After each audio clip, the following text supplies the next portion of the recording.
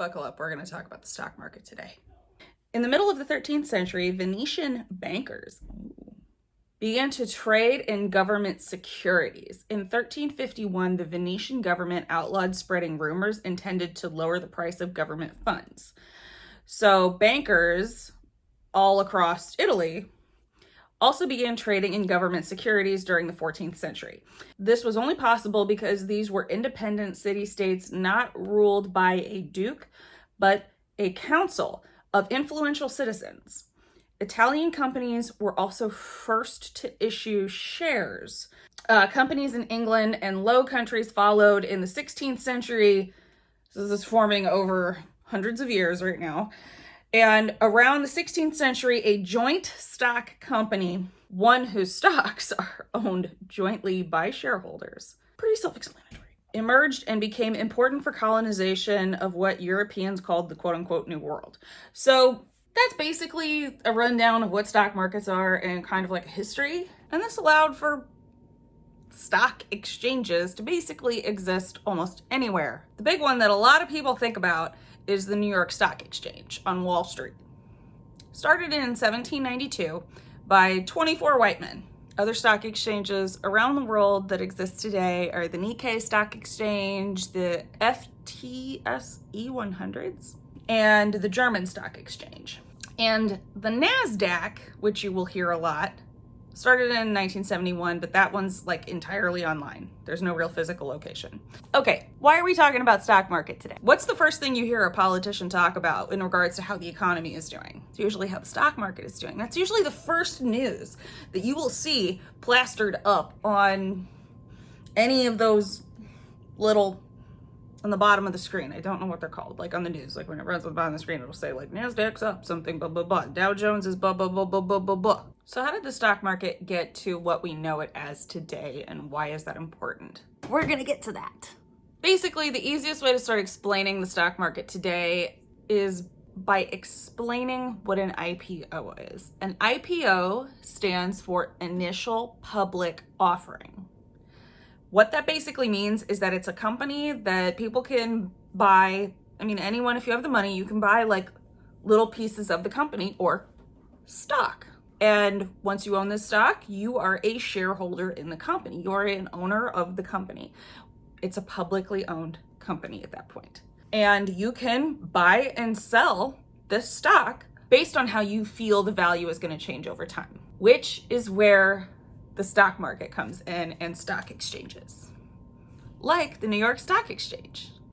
There's actually a lot of different kinds of stock that you can buy, but one type is called index stocks. The Dow Jones and S&P 500 are something called indices or indexes. It was said differently depending on what video I was watching, but ultimately an index. Basically a list of businesses that meet their requirements. The S&P 500 is 500 of the top businesses, and it's basically condensing how they're doing and all the stats of how they're doing into like a clean one statistic. So if the S&P is going up, that means overall all of the companies that are a part of the S&P are going up. The Dow Jones is basically the same thing, except it's a lot more exclusive with only 30 companies. So what's the first thing that you think of when people bring up America in late 1800s, early 1900s? That's right, the Gilded Age. You weren't thinking of the Victorian times. Well, I mean, it overlaps, but when people talk about the Gilded Age, they're basically referring to the time when these huge corporations, they were like monopolies and robber barons, and you know, this is how unions got their start because workers were treated really poorly, blah, blah, blah, blah, blah. It doesn't really have a whole lot to do with what we're talking about today. But people realized that they could grow their company a lot faster if they turned their company into an IPO. Therefore, getting a lot of shareholders means getting a lot of money, and they're able to grow. So one of the things about this is that at the time, especially in the earlier 20th century, the CEOs would see themselves as kind of like the stewards of not just the shareholders' interests, but the community's interests, their employees' interests. It was kind of a package deal for a lot of them. Not all, but a lot. You know, this is when you have like your older relatives, like your grandpa or your great grandpa being just like, I had a great job for 50 or blah, blah, blah at the whatever company. That's basically like the time frame that we're talking about.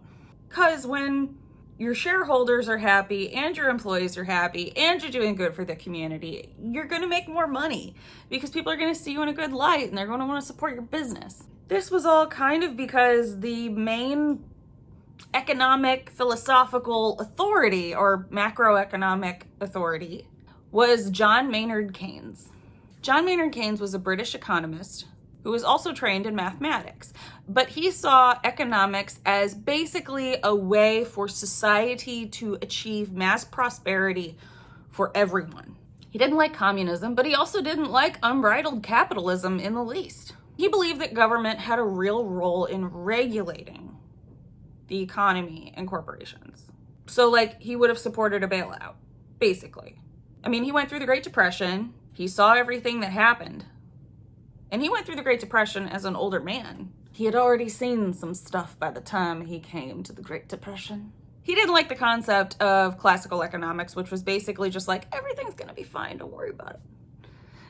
Just make money and everything will work out. He believed that what holds countries back is corruption, knee-jerk policy, and short-sightedness. He was about the long-term goal and long-term prosperity of a country. He said, in regards to government bailouts and the urgency of them, he said, in the long run, we'll all be dead. What does that mean?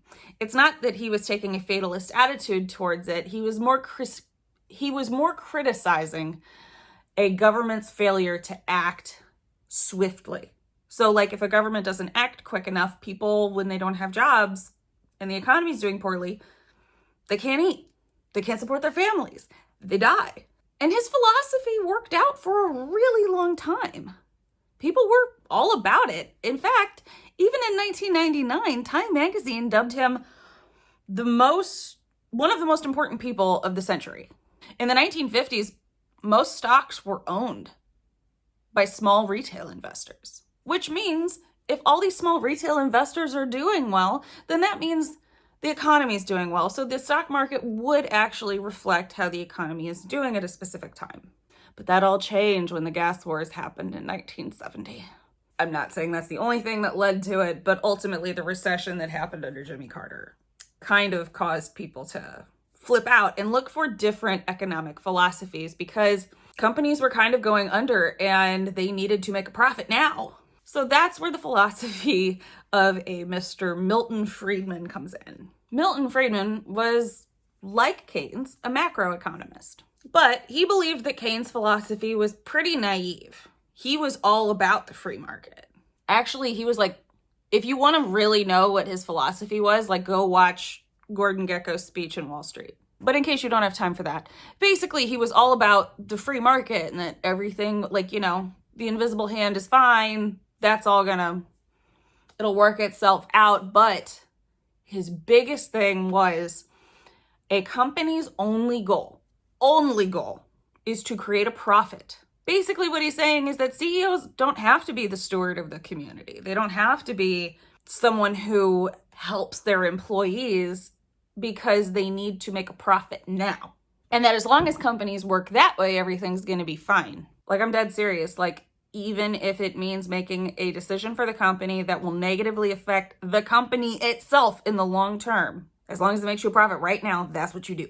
Like, I think, like, ideally, everything works out forever, but basically, you don't have to care about that. You need to care about how much money you're making right now.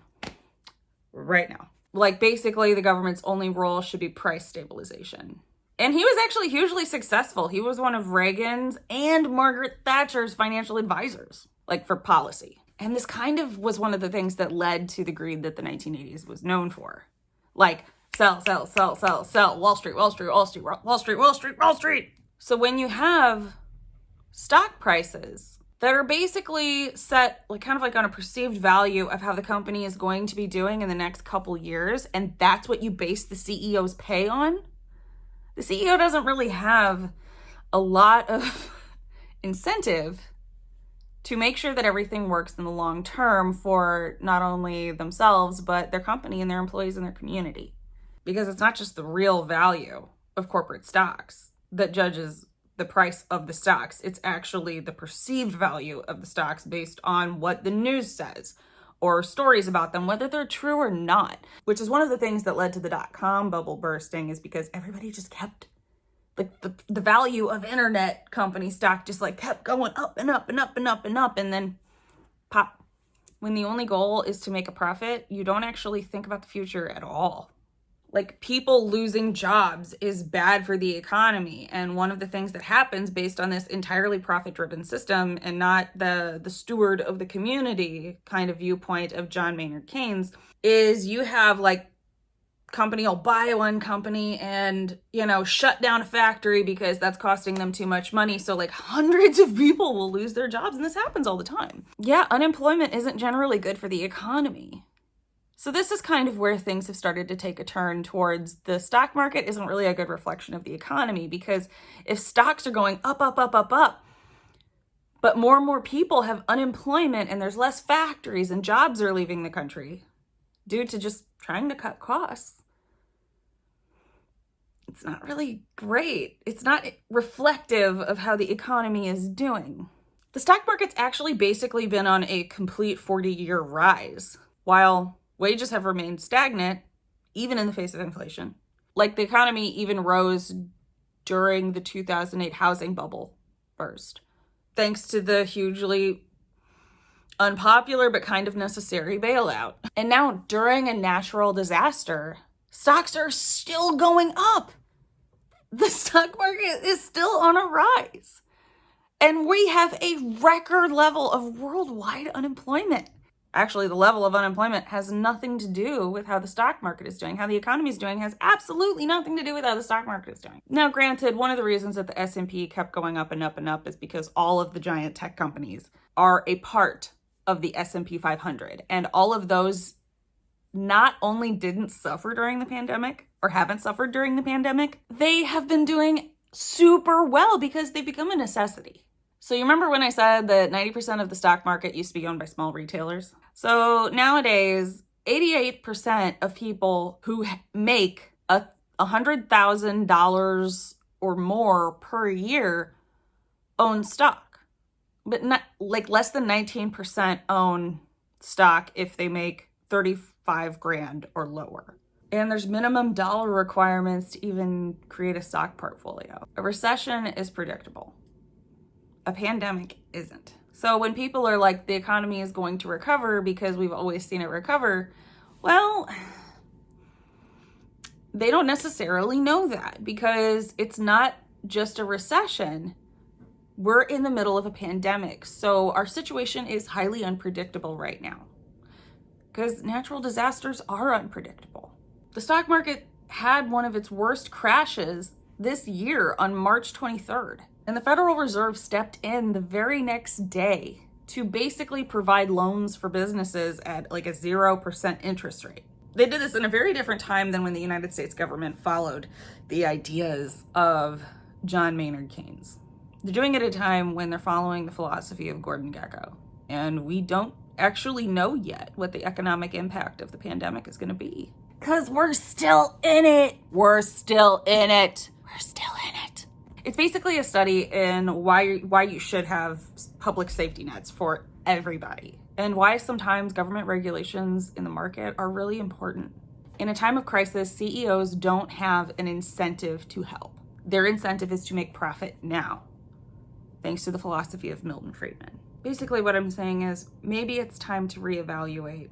Maybe it's time to start adopting more of John Maynard Keynes' ideas, because believe it or not, they do work. Most countries in Europe actually do function to an extent along the lines of his ideals.